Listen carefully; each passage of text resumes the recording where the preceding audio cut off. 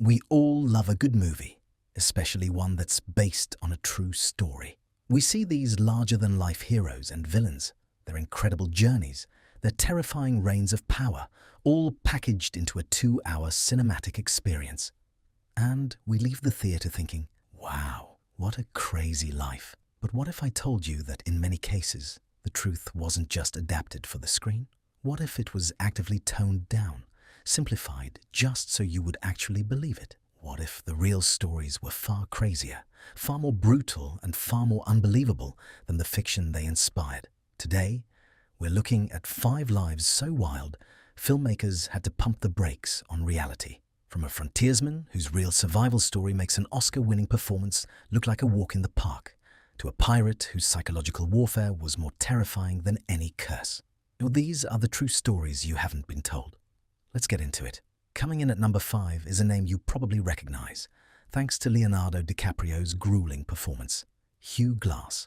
The film, The Revenant, is a harrowing tale.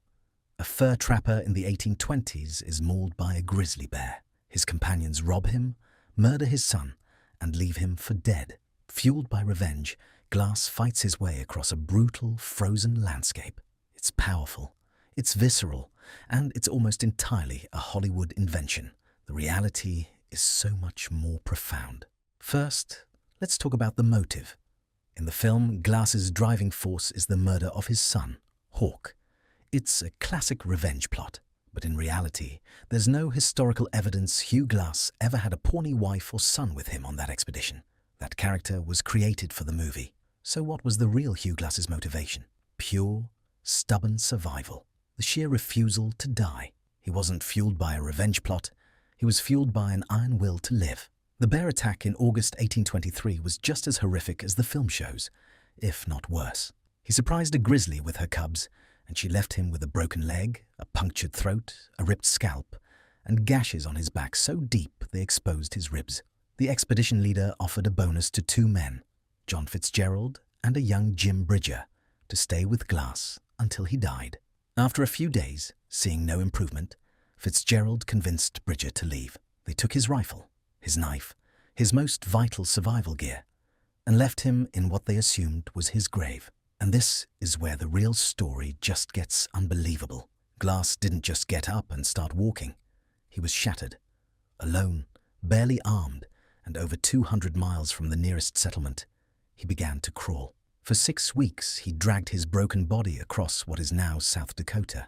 His wounds festered, and to stop gangrene, Glass consciously lay on a rotting log and let maggots eat the dead flesh from his back. He survived on wild berries and roots.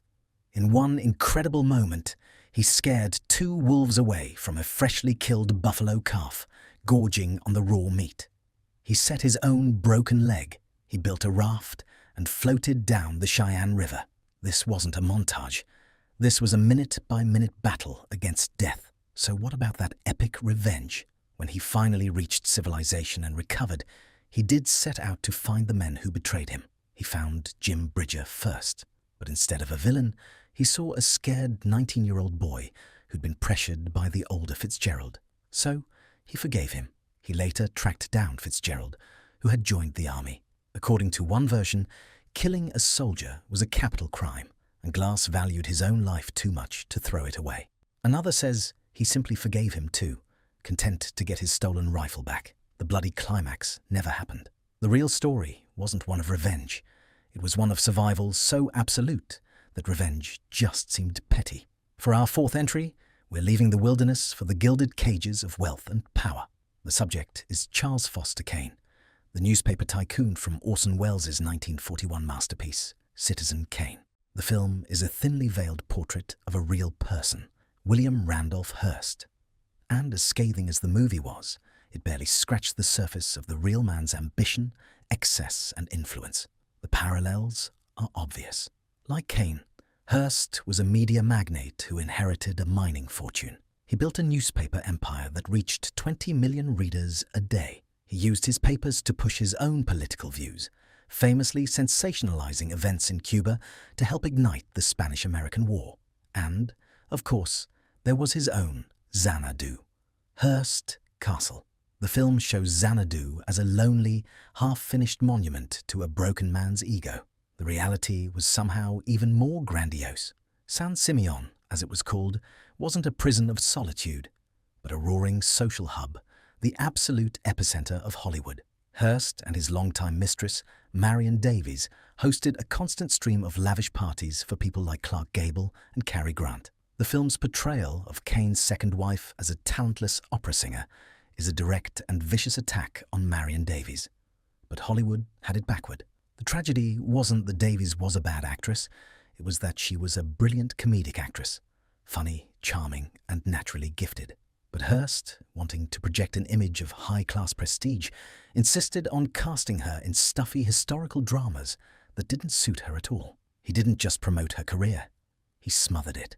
Where Citizen Kane is a psychological study of one man, the real Hearst was a figure whose actions shaped the nation.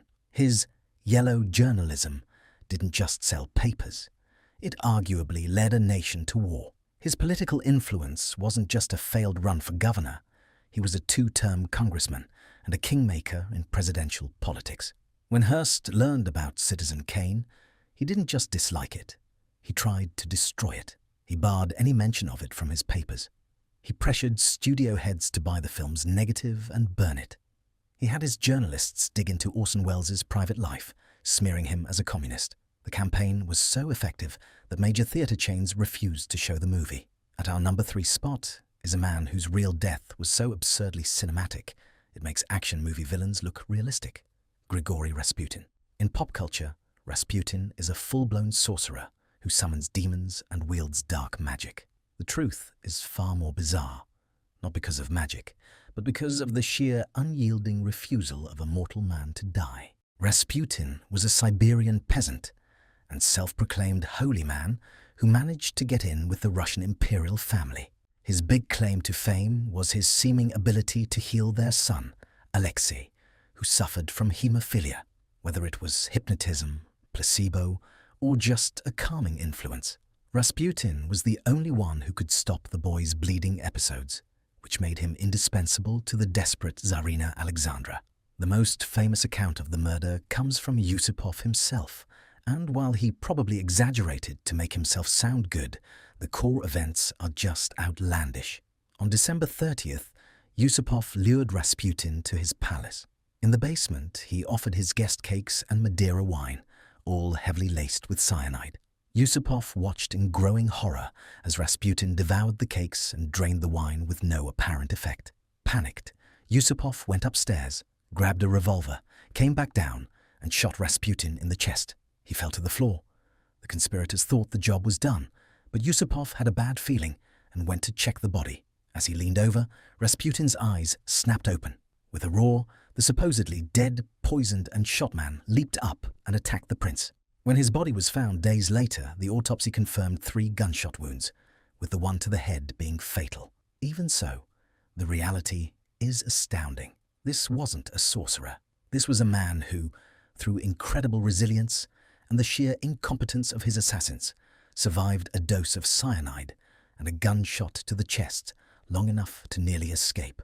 We're uncovering some unbelievable truths today, and if you're enjoying finding out how reality is often wilder than fiction, do us a favor and hit that subscribe button. We're only halfway through, and the stories just get crazier from here. Our number 2 pick is a man who's become an icon of misunderstood genius, Nikola Tesla. In movies like The Prestige, Tesla is a real-life wizard, a mysterious scientist creating machines that defy physics.